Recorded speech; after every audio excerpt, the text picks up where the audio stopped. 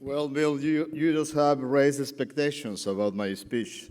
That's not the best way to start. But let me first thank you, Bill, for your introduction. And really, you should feel very proud of the job you did, because at the same time you were working in the great state of Florida, Mexico had finished a free trade agreement with Canada and the US. And the last 24 years, exports of Florida to Mexico has multiplied by 3. And the growth rate average yearly has been a 6% growth permanently in the last 24 years. And the state of Florida Mexico has its third largest consumer of Florida products. So I think that this is the story that builds on an agreement that has been a strong liaison between Canada, Mexico, and the US. And I think this luncheon shows the strength of NAFTA. Our Canadian friends, American institutions and business, and Mexico and Latin American presence. But let me also recognize the great idea that was started many years ago. And I think that Jill Remillard, who started this forum 30 years ago, thank you for that great idea.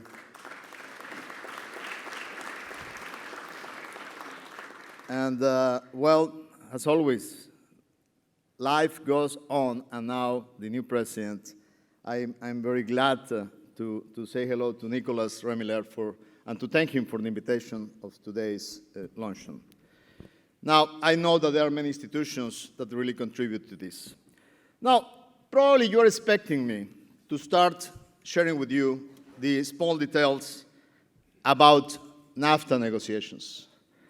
But as you know, any negotiator that has any small intelligence will not get into the subject you are expecting. But let me start by basically starting from a different perspective, the one that the forum has selected today, which is the concept of disruption. Now, I'm not an expert in geopolitics. I'm not going to share with you about what is the problem of Syria, the relations with Russia, because I'm a trade expert.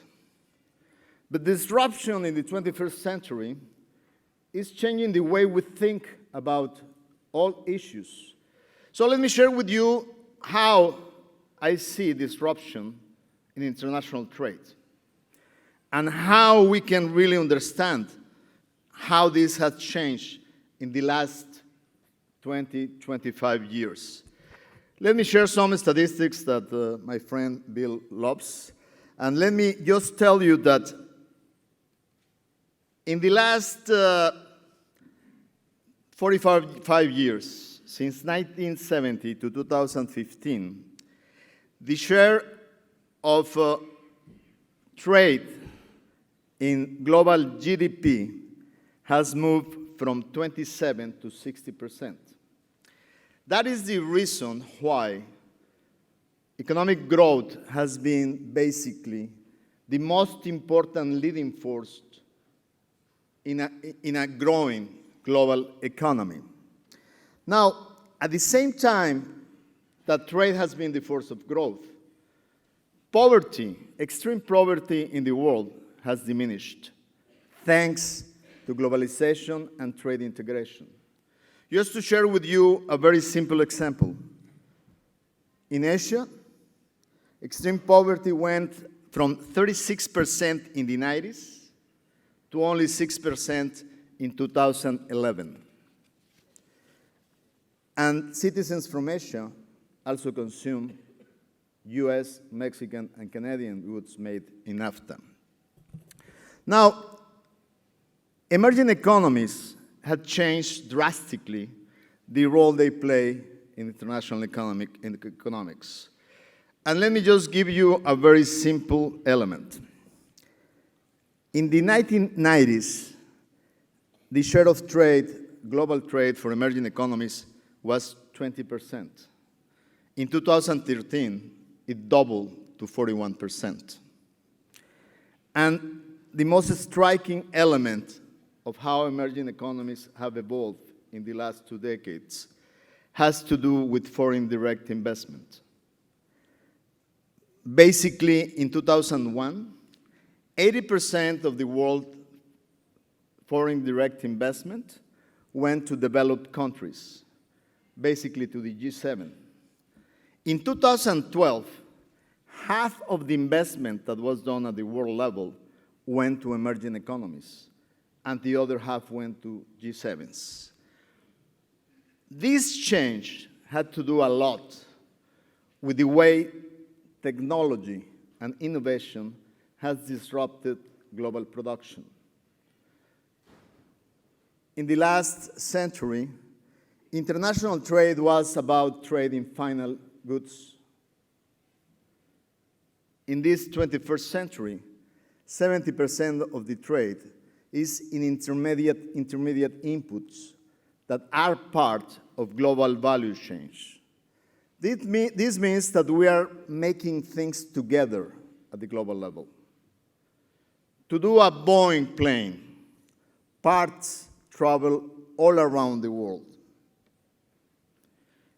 And what that has meant is that manufacturing in G7s went from 70% of total global production in manufacturing in the 70s to 50% in 2010, while the share of emerging economies in global manufacturing went from 2% in 1970 to basically 30% in the year of 2010.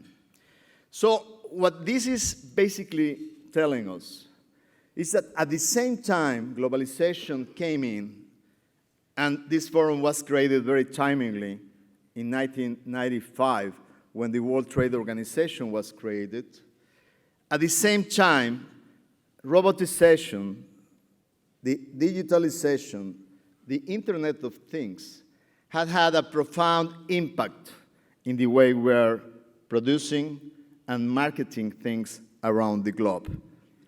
Just to share with you a very simple statistic.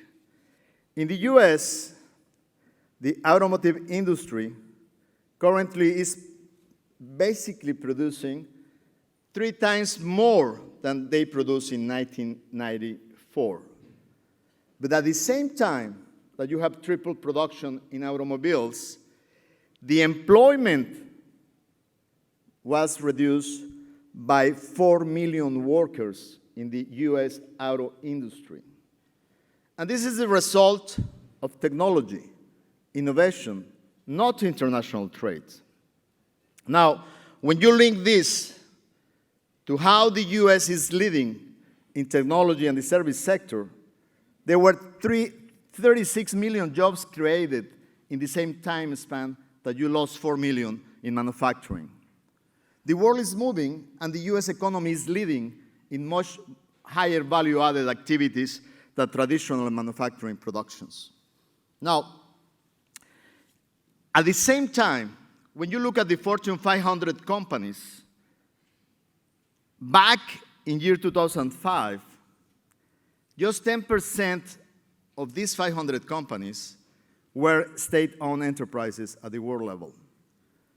Well, now in 2014, that doubled, which means that Asian companies with state influence increase with all the problems that it has with subsidies and overproduction in some sectors like the steel sector.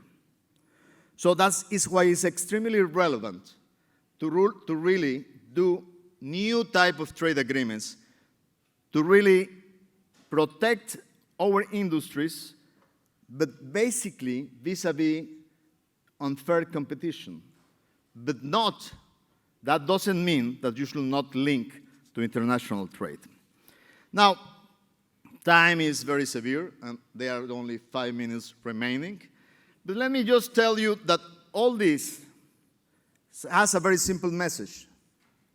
The trade rules that we live up to today were designed in the 20th century for an economy that was not basically highly relevant in services and new technologies and the digital economy. So we have a responsibility to transform the WTO. But to preserve multilateralism has a way to balance and basically help to balance the relationship between powerful countries, emerging economies, and developing countries. Now, doing that, we have to be aware that regional trade agreements had basically surpassed the capacities of the WTO to continue its works in terms of trade integration. And that brings us back to the most challenging item that has been a result of disruption in international trade. Why? Because in the last 5 to 10 years, what we have witnessed is that the effects of technology has displaced a lot of individuals. And public policy makers have not been aware of the need to design public policy to support the losers in order to really give political viability of these trade agreements. What we saw in England with Brexit, what we are seeing in the US with very strong support from 1/3 of the population for the new policies of President Trump, it is not an illusion. There are individuals that lost their jobs, but not to trade. They lost their jobs to innovation, to technology. And it is our responsibility to engage in the new design of trade agreements that face the challenges of the 21st century. I'm sure that here talking to you about free trade is preaching to the choir. But we have to be aware that there is an electorate that is aware of decision-making process. And therefore, we have to make trade agreements more resilient to really survive the political climate. So that is exactly the challenge we're facing today in the renegotiation of NAFTA. At the same time Mexico is renegotiating NAFTA, we're about to close the modernization of the Mexico-EU agreement. We were the first country in the Americas to have a free trade agreement in Europe. We continue negotiating TPP-11, and we just signed that on March 8th in Santiago de Chile. As I told my US colleagues in Congress and friends in Congress, don't worry, we're holding the ball for you to come back. Now, obviously, there are a lot of interesting comments that we can make about the renegotiation of NAFTA. But since there is going to be an opportunity for you to ask questions, I will leave for your creativity the kind of questions you will ask about NAFTA, and I sure will respond to them. But it is a great challenge, and I will just anticipate that for Mexico, the most important part of this negotiation is how to update this agreement to really make it about the future, not about the past. We cannot be fighting for a couple of jobs in the manufacturing sector when in 5 years' time or 10, those jobs are going to disappear thanks to technological change. What we should do, Canada, Mexico, and the US, is teaming up how to design the new NAFTA to take the challenges of the new job opportunities for a digital economy, for a new world that is speeding its way in, and we have to be ready for it. Thank you for your attention.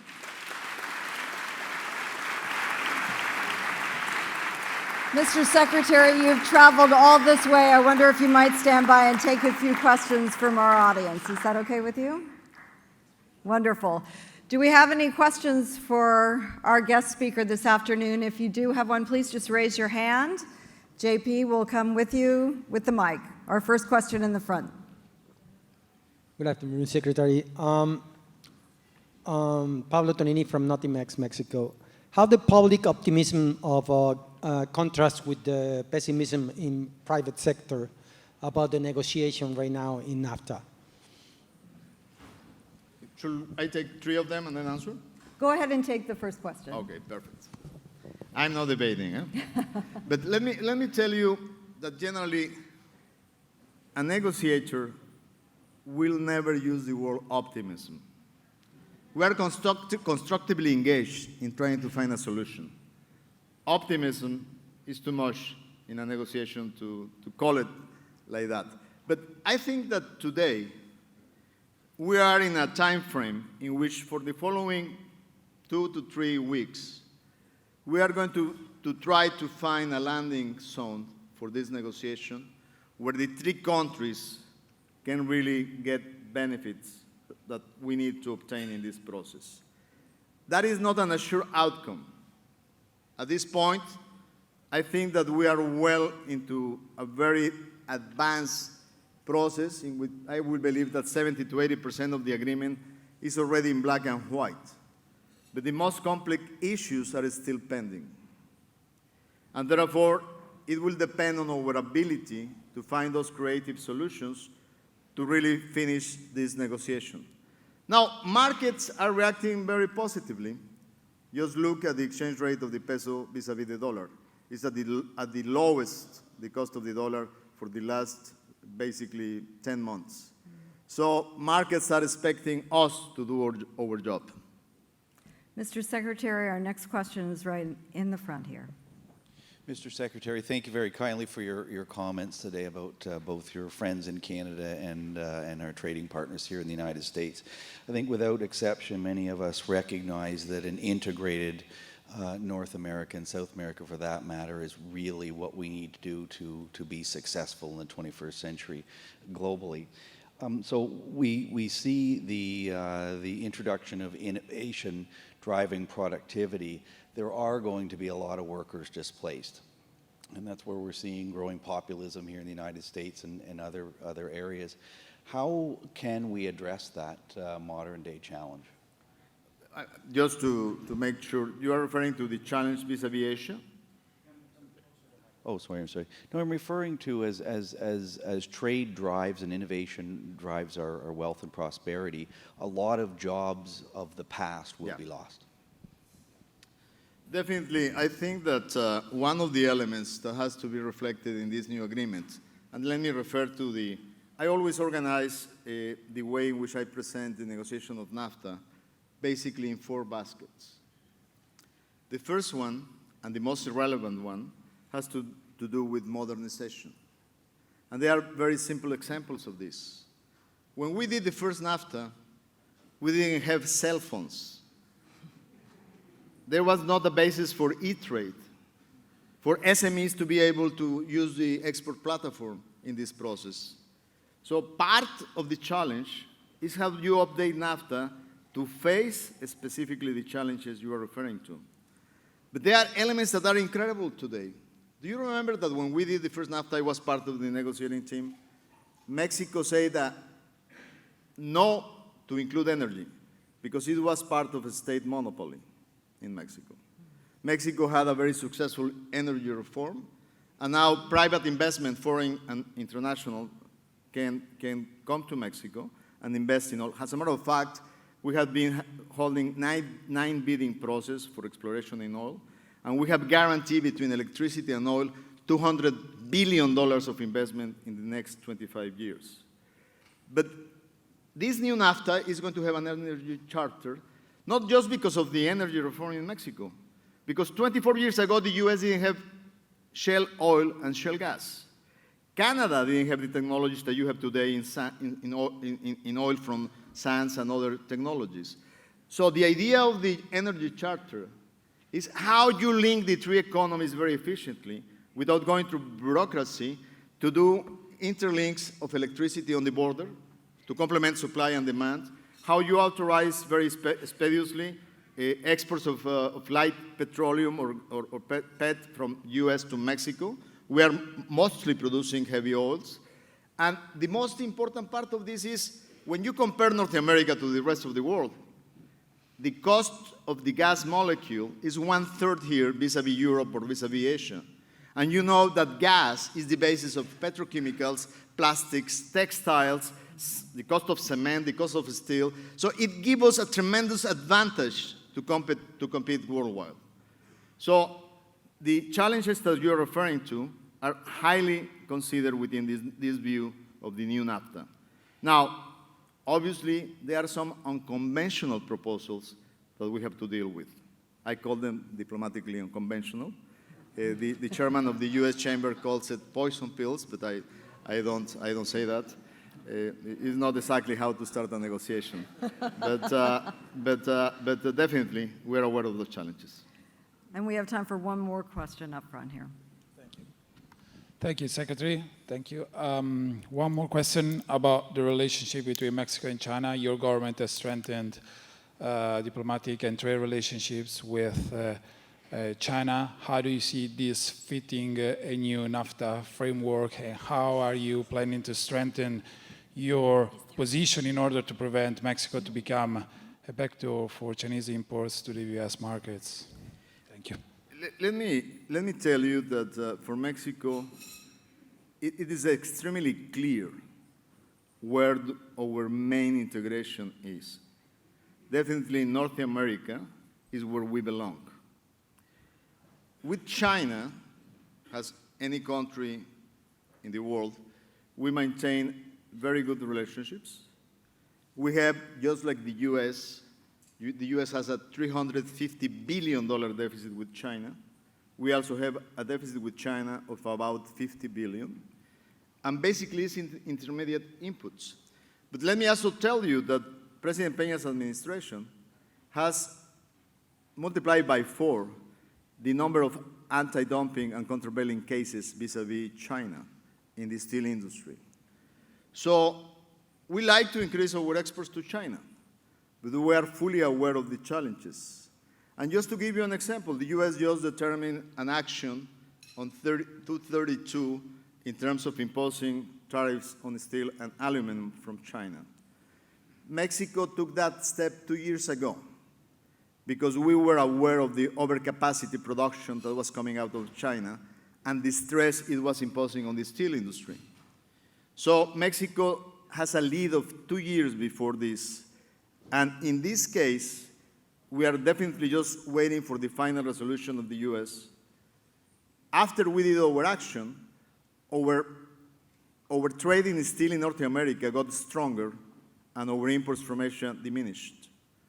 So obviously we are aware that we have to integrate with our North American partners, and we have to be very careful in how we play exactly accordingly to what is needed to strengthen North American production. I'm told by the powers that be we have time for one more question. Does anybody in the audience? No, you have 6 minutes and 27 then seconds. Based I'm upon your looking at the answer. clock. Okay, based upon your answer, I'm going to go for 2 and maybe 3. I'll match your 1 and raise your 1. The question over on this side of the room. Do I have a question? Go ahead, sir. Thank you very much for your presence, Mr. Secretary. My question, I don't know if this is turned out. It is. Thank you. My question refers to settlement disputes. Mexico's position, please, on bilateral investment treaties.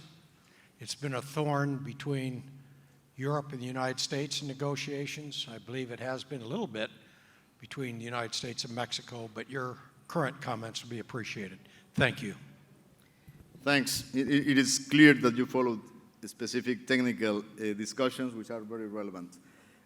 The investment area of, let's remind ourselves that trade agreements are not only about market access.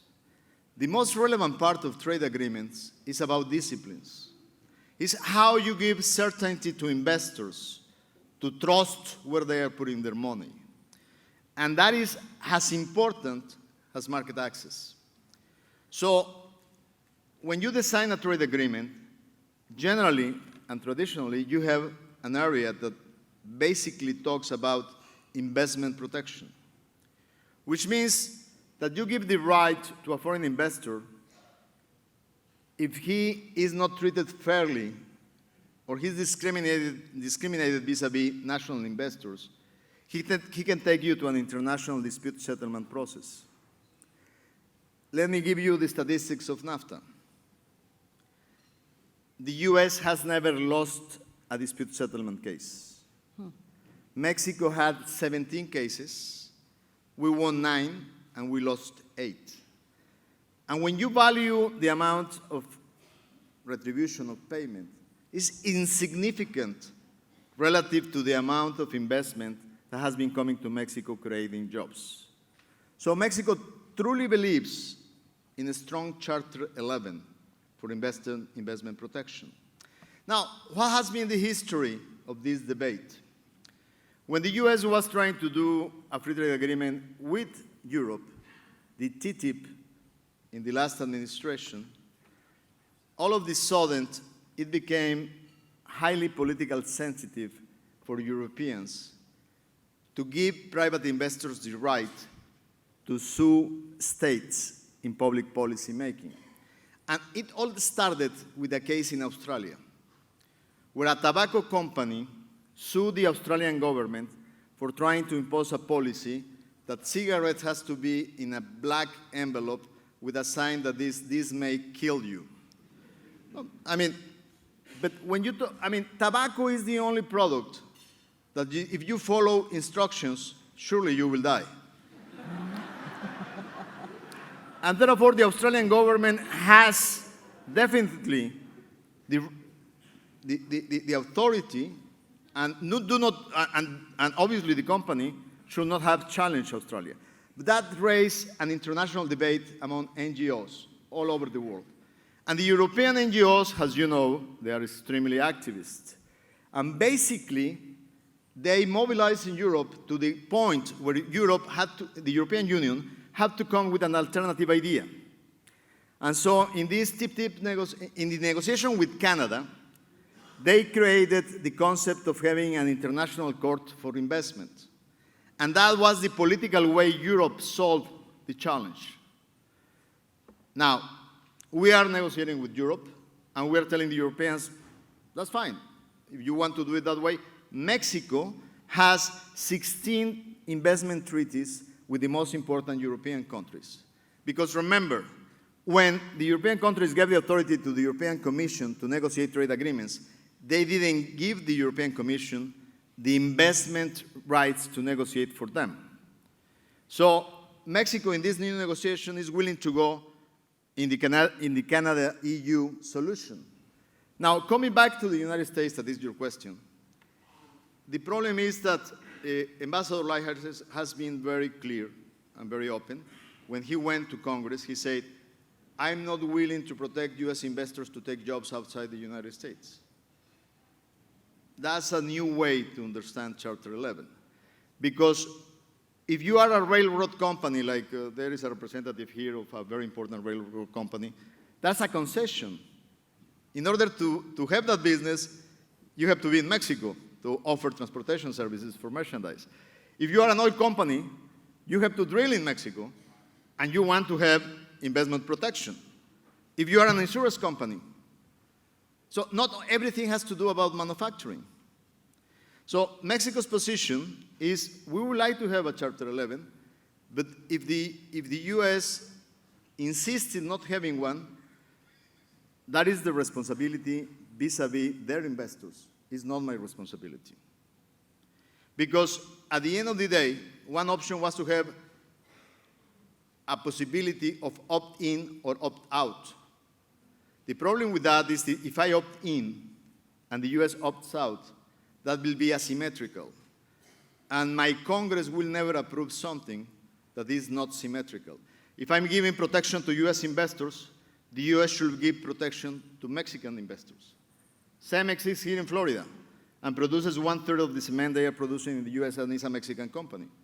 So I have a responsibility for Cemex, or for Bimbo, which is the most important bakery in the US and is Mexican investment, or for a brake company in Detroit that is part of our Mexican investments. So if the US wants a Chapter 11, we'd love to have one. If the US decides not to have one, well, Congress has been very explicit, Mr. Lighthizer has been very explicit, and it will be a solution that will be decided within the US decision-making process. Mr. Secretary. And now the time is up. And you can see the clock and I can. I do want to say that I think across the room we wish you good luck in negotiations and thank you for your time.